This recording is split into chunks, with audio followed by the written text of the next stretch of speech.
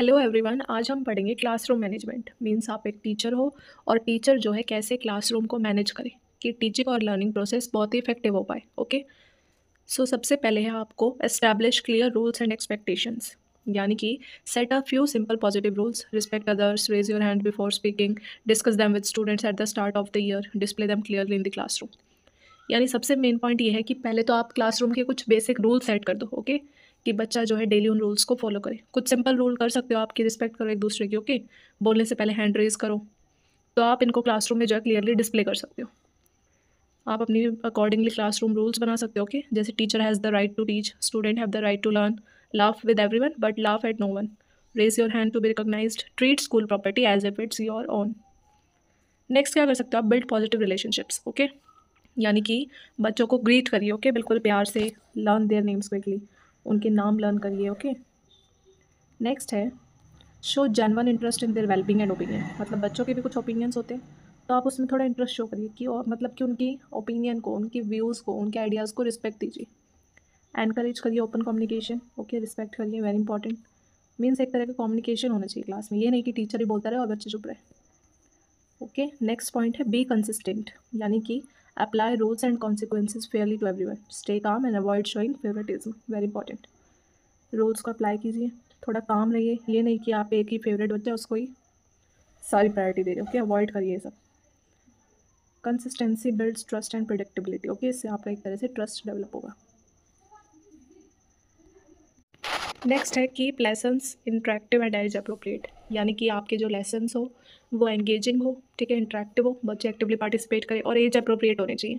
ये नहीं कि आप ग्रेड थर्ड में कुछ बड़ा टॉपिक पढ़ा रहे हो, ओके, अपर लेवल का। No, variety of activities include करिए अपने लेसन्स में, ठीक है, ग्रुप वर्क हो सकता है, गेम्स हो सकते हैं। Next very important, boredom often leads to misbehaviour. ये नहीं कि बच्चे लेसन के दौरान बोर हो रहे हैं। No, engagement prevented. ओके, बच्चे एंगेजिंग होने चाहिए, ये नहीं कि बोर हो रहे हैं।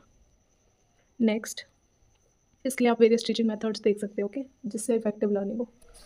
नेक्स्ट है create a positive classroom environment. Okay, जैसे कि सिटिंग अरेंजमेंट आ गया।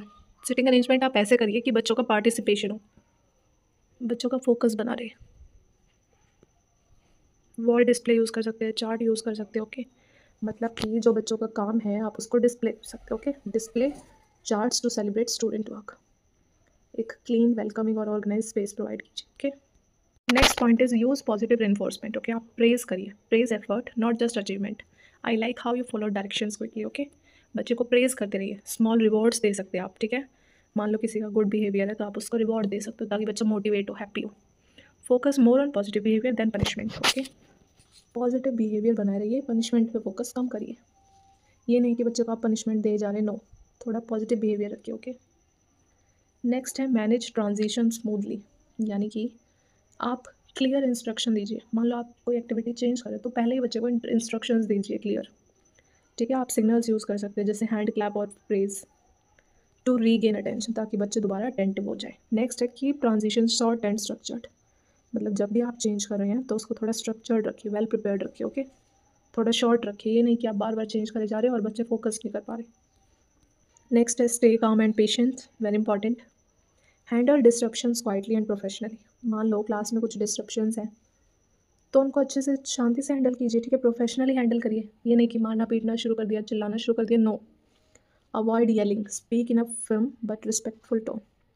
कुछ कुछ टीचर्स का क्या होता है कि मतलब थोड़े नेगेटिव वर्ड्स यूज़ करके, ओके, बच्चों पे चिल्लाते हैं, डांटते हैं। नो, आप थोड़ा रिस्पेक्टफुल टोन में जो है बच्चे को बोल सकते हैं, थोड़ा प्यार से। Model the behaviour you expect from students. Okay, जैसा बिहेवियर आप बच्चों से उम्मीद कर रहे हैं वैसा बिहेवियर रखिए कि बच्चा आपको देख के सीखे। Next is know your students. Okay, सबसे इंपॉर्टेंट है कि आप अपने बच्चों को जानें, क्या उनके लर्निंग स्टाइल है, क्या उनमें स्ट्रेंथ है, क्या चैलेंजेस वो फेस करते हैं। तब जाके आपका क्लासरूम मैनेजमेंट इफेक्टिव हो पाएगा।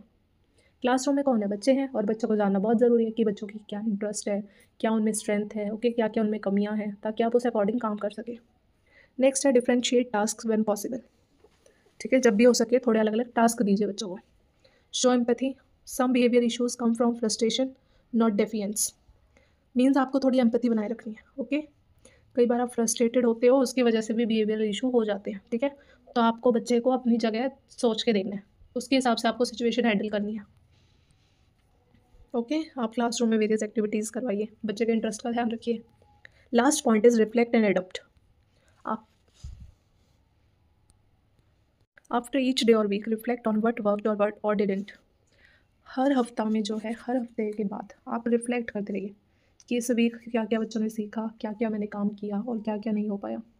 Ask for feedback from students, बच्चों से फीडबैक लीजिए। क्या आप सबको समझ आया? क्या आज हमने जो टॉपिक किया वो आप सबको क्लियर है? ओके थोड़ा फ्लेक्सिबल रहिए, ठीक है, open to trying new strategies, यानी कि अपने आप को फ्लेक्सिबल रखिए। ये नहीं कि आप एक ही चीज़ पे बिल्कुल फिक्स है, नो। कई बार बच्चों के अकॉर्डिंग, कई बार एनवायरनमेंट के अकॉर्डिंग आपको चेंज होना पड़ेगा। ओके नई नई स्ट्रेटजीज़ ट्राई करनी पड़ेंगी, इट्स वेरी इंपॉर्टेंट।